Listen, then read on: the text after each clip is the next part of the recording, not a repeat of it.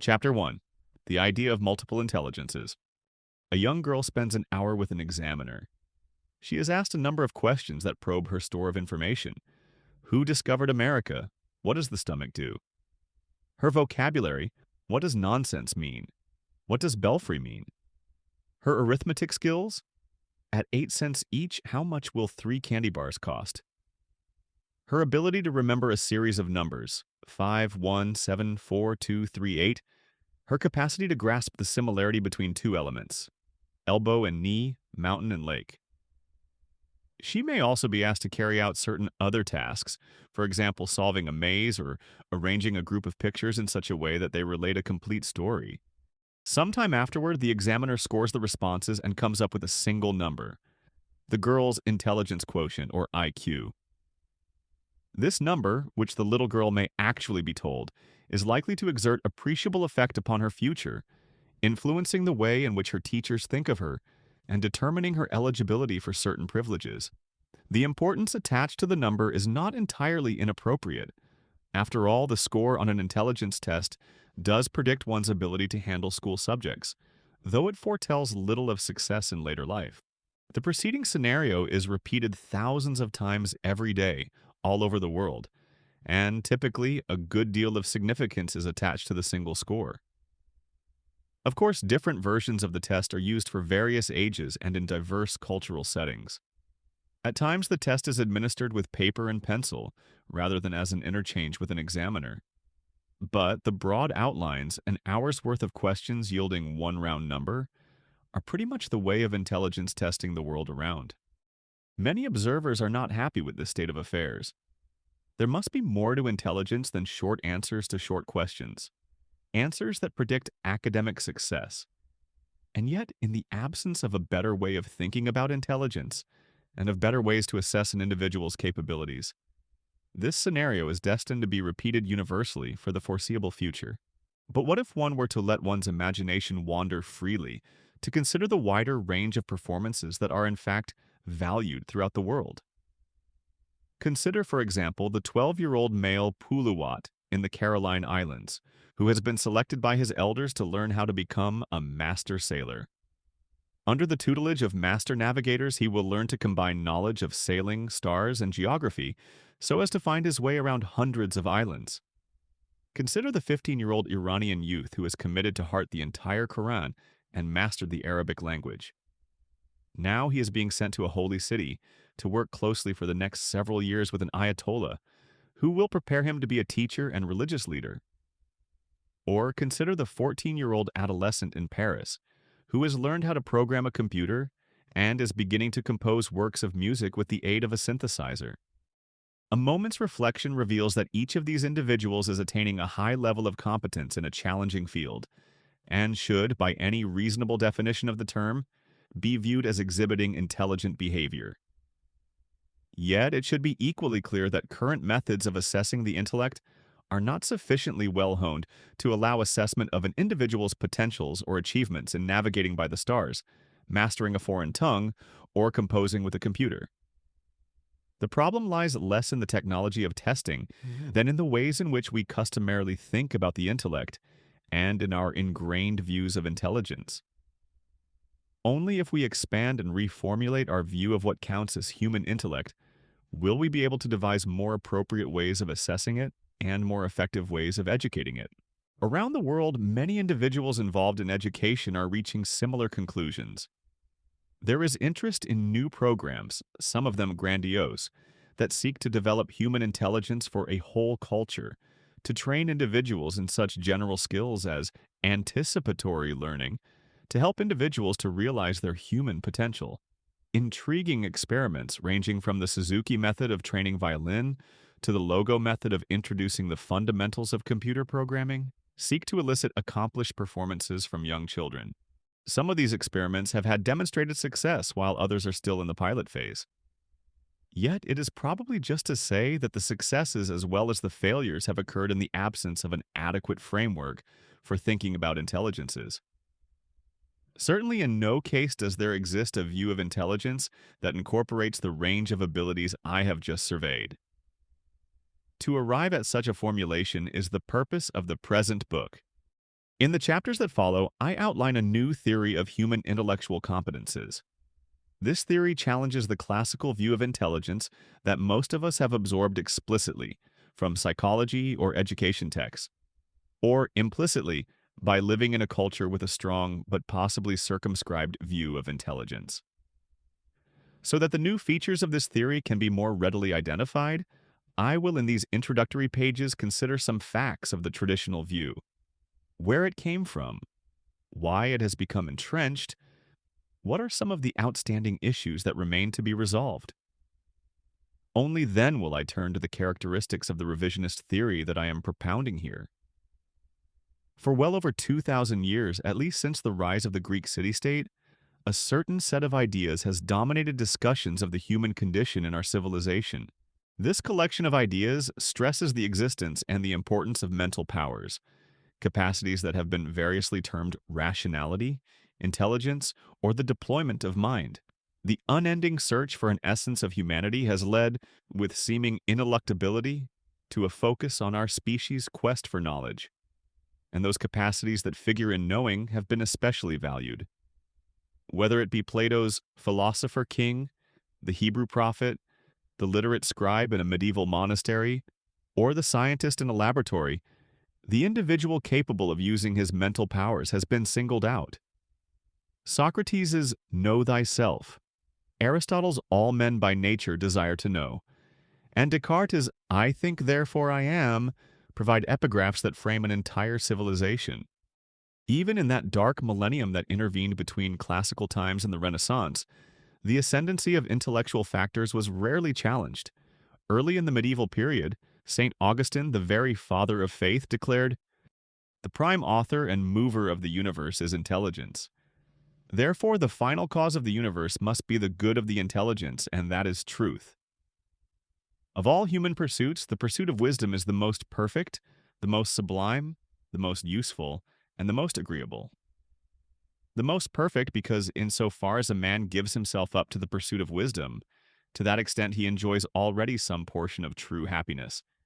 At the height of the Middle Ages, Dante put forth his view that the proper function of the human race, taken in the aggregate, is to actualize continually the entire capacity possible to the intellect, primarily in speculation, then through its extension and for its sake, secondarily in action, and then, at the dawn of the Renaissance, a century before Descartes' time, Francis Bacon described the English ship in New Atlantis that comes upon a utopian island, whose chief institution is a great establishment devoted to scientific research. The ruler of this realm declares to visiting travelers, "I will give the greatest jewel I have, for I will impart unto thee, for the love of God and men, a relation of the true state of Solomon's house. The end of our foundation is the knowledge of causes and secret motions of things, and the enlarging of the bounds of human empire to the effecting of all things possible." Of course, esteem for knowledge, and for those who appear to possess it, is not the only theme that haunts what we have come to term, somewhat inexactly, the Western world. The virtues of feeling, faith, and courage have also been leitmotifs over the centuries, and, in fact, have sometimes, if not always justifiably, been contrasted with the quest for knowledge. What is instructive is that even when faith or love is extolled above all else, each is typically opposed to the powers of reason. In a parallel vein, when leaders of a totalitarian bent have sought to remake their societies in the light of a new vision, they have typically put away those rationalists or intellectuals whom they could not co-opt, once again paying a kind of perverse compliment to the powers of reason. Reason, intelligence, logic, knowledge are not synonymous. And much of this book constitutes an effort to tease out the various skills and capacities that have too easily been combined under the rubric of the mental. But first, I must introduce a different kind of distinction, a contrast between two attitudes toward mind that have competed and alternated across the centuries. Adopting the appealing distinction of the Greek poet Archilochus, one can contrast those who view all intellect as a piece, let us dub them the hedgehogs, with those who favor its fragmentation into several components, the foxes. The hedgehogs not only believe in a singular, inviolable capacity that is the special property of human beings. Often, as a corollary, They impose the conditions that each individual is born with a certain amount of intelligence, and that we individuals can in fact be rank ordered in terms of our God-given intellect or IQ. So entrenched is this way of thinking and talking that most of us lapse readily into rankings of individuals as more or less smart, bright, clever, or intelligent. An equally venerable tradition of the West glorifies the numerous distinct functions or parts of the mind. In classical times, it was common to differentiate between reason, will, and feeling. Medieval thinkers had their trivium of grammar, logic, and rhetoric, and their quadrivium of mathematics, geometry, astronomy, and music. As the science of psychology was launched, an even larger array of human mental abilities or faculties was posited.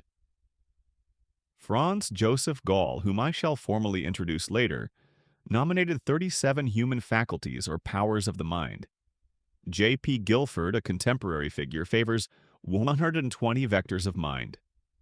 Some of the foxes also tend to the innate and rank-ordering cast of thought, but one can find many among them who believe in the altering and ameliorating effects of environment and training. Dating back many centuries, debate between the hedgehogs and the foxes continues into our own time. In the area of brain study, there have been the localizers who believe that different portions of the nervous system mediate diverse intellectual capacities. And these localizers have been arrayed against the holists, who deem major intellectual functions to be the property of the brain as a whole. In the area of intelligence testing, an interminable debate has raged between those, following Charles Spearman, who believe in a general factor of intellect, and those, following L. Thurston, who posit a family of primary mental abilities, with none preeminent among them. In the area of child development, there has been vigorous debate between those who postulate general structures of the mind, like Jean Piaget, and those who believe in a large and relatively unconnected set of mental skills, the environmental learning school. Echoes in other disciplines are quite audible. Thus, against a shared belief, over the centuries in the primacy of intellectual powers, there is continuing debate about the propriety of parceling intellect into parts. As it happens, some long-standing issues in our cultural tradition show no signs of resolution. I doubt that topics like free will or the conflict between faith and reason will ever be resolved to everyone's satisfaction. But in other cases, there may be hope for progress. Sometimes progress occurs as a consequence of logical clarification, as, for instance, when a fallacy is exposed. No one continues in the mistaken belief that the distorted faces in El Greco's portraits were due to an astigmatic condition, once it has been explained that astigmatism would not lead to the painting of elongated faces.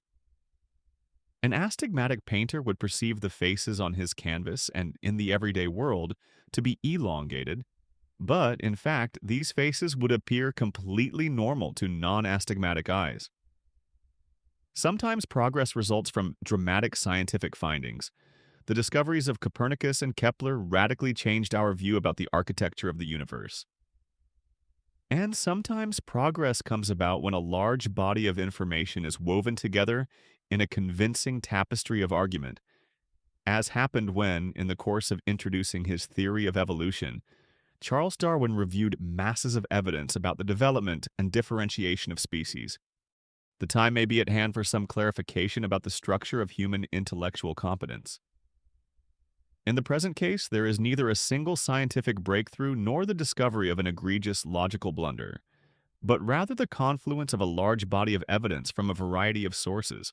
Such a confluence, which has been gathering with even greater force over the past few decades, seems to be recognized, at least in peripheral vision, by those concerned with human cognition. But the lines of convergence have rarely, if ever, been focused on directly and systematically examined in one place. And they certainly have not been shared with the wider public. Such confrontation and collation are the twin purposes of this book. In what follows, I argue that there is persuasive evidence for the existence of several relatively autonomous human intellectual competences, abbreviated hereafter as human intelligences. These are the frames of mind of my title. The exact nature and breadth of each intellectual frame has not so far been satisfactorily established, nor has the precise number of intelligences been fixed. But the conviction that there exist at least some intelligences, that these are relatively independent of one another, and that they can be fashioned and combined in a multiplicity of adaptive ways by individuals and cultures, seems to me to be increasingly difficult to deny. Previous efforts, and there have been many to establish independent intelligences, have been unconvincing, chiefly because they rely on only one or at the most two lines of evidence. Separate minds or faculties have been posited solely on the basis of logical analysis, solely on the history of educational disciplines, solely on the results of intelligence testing, or solely on the insights obtained from brain study. These solitary efforts have rarely yielded the same list of competences, and have thereby made a claim for multiple intelligences seem that much less tenable. My procedure is quite different. In formulating my brief on behalf of multiple intelligences, I have reviewed evidence from a large and hitherto unrelated group of sources. Studies of prodigies, gifted individuals, brain-damaged patients, idiot savants, normal children, normal adults, experts in different lines of work, and individuals from diverse cultures. A preliminary list of candidate intelligences has been bolstered and, to my mind, partially validated by converging evidence from these diverse sources. I have become convinced of the existence of an intelligence to the extent that it can be found in relative isolation in special populations, or absent in isolation in otherwise normal populations. To the extent that it may become highly developed in specific individuals or in specific cultures, and to the extent that psychometricians, experimental researchers, and/or experts in particular disciplines can posit core abilities that, in effect, define the intelligence. Absence of some or all of these indices, of course, eliminates a candidate intelligence. In ordinary life, as I will show, these intelligences typically work in harmony, and so their autonomy may be invisible. But when the appropriate observational lenses are donned, the peculiar nature of each intelligence emerges with sufficient and often surprising clarity. The major assignment in this book, then, is to make the case for the existence of multiple intelligences, later abbreviated as MI. Whether or not the case for specific intelligences proves persuasive, I shall at least have gathered between two covers several bodies of knowledge that have hitherto lived in relative segregation. In addition, however, this volume has a number of other and not wholly subsidiary purposes, some primarily scientific, others distinctly practical. First of all, I seek to expand the purviews of cognitive and developmental psychology, the two areas to which, as a researcher, I feel the closest. The expansion that I favor looks in one direction, toward the biological and evolutionary roots of cognition, and in the other direction, toward cultural variations in cognitive competence. To my mind, visits to the lab of the brain scientist and to the field of an exotic culture should become part of the training of individuals interested in cognition and development. Second, I wish to examine the educational implications of a theory of multiple intelligences. In my view, it should be possible to identify an individual's intellectual profile, or proclivities, at an early age and then draw upon this knowledge to enhance that person's educational opportunities and options. One could channel individuals with unusual talents into special programs, even as one could devise prosthetics and special enrichment programs for individuals presenting an atypical or dysfunctional profile of intellectual competences. Third, I hope that this inquiry will inspire educationally oriented anthropologists to develop a model of how intellectual competences may be fostered in various cultural settings. Only through such efforts will it be possible to determine whether theories of learning and teaching travel readily across national boundaries or must be continually refashioned in light of the particularities of each culture. Finally, this is the most important but also the most difficult challenge. I hope that the point of view that I articulate here may prove of genuine utility to those policymakers and practitioners charged with the development of other individuals. Training and heightening of intellect is certainly in the international air. The World Bank's report on human development, the Club of Rome's essay on anticipatory learning, and the Venezuelan Project on Human Intelligence are but three recent visible examples. Too often, practitioners involved in efforts of this sort have embraced flawed theories of intelligence or cognition, and have, in the process, supported programs that have accomplished little or even proved counterproductive. To aid such individuals, I have developed a framework that, building on the theory of multiple intelligences, can be applied to any educational situation. If the framework put forth here is adopted, it may at least discourage those interventions that seem doomed to failure and encourage those that have a chance for success. I regard the present effort as a contribution to the emerging science of cognition. To a considerable extent, I am summarizing the work of other scholars, but to a certain extent, and I intend to make clear where, I am proposing a new orientation. Some of the claims are controversial, and I expect that experts versed in cognitive science will eventually have their say as well. Part 2, the heart of the book, consists of a description of several intellectual competences of whose existence I feel reasonably certain. But, as befits a potential contribution to science, I shall first in Chapter 2 review other efforts to characterize intellectual profiles and then, after putting forth the evidence in support of my theory, will, in Chapter 11, subject that point of view to lines of criticism. As part of my mission to broaden the study of cognition, I adopt a biological and cross-cultural perspective throughout Part 2 and also devote a separate chapter each to the biological basis of cognition, Chapter 3, and to cultural variations in education, Chapter 13. Finally, given the applied agenda I have just sketched, I shall in the concluding chapters of the book address more directly questions of education and policy. A word, finally, about the title of this chapter. As I have indicated, the idea of multiple intelligences is an old one, and I can scarcely claim any great originality for attempting to revive it once more. Even so, by featuring the word idea, I want to underscore that the notion of multiple intelligences is hardly a proven scientific fact. It is at most an idea that has recently regained the right to be discussed seriously. Given the ambition and scope of this book, it is inevitable that this idea will harbor many shortcomings. What I hope to establish is that multiple intelligences is an idea whose time has come. That's it for today. If you enjoyed this video, you might want to check our link in the description, where you'll find Gardner's book summary and many other fundamental persuasion books in different languages. And don't forget to subscribe to the channel for more psychologic and marketing content. See you in the next one.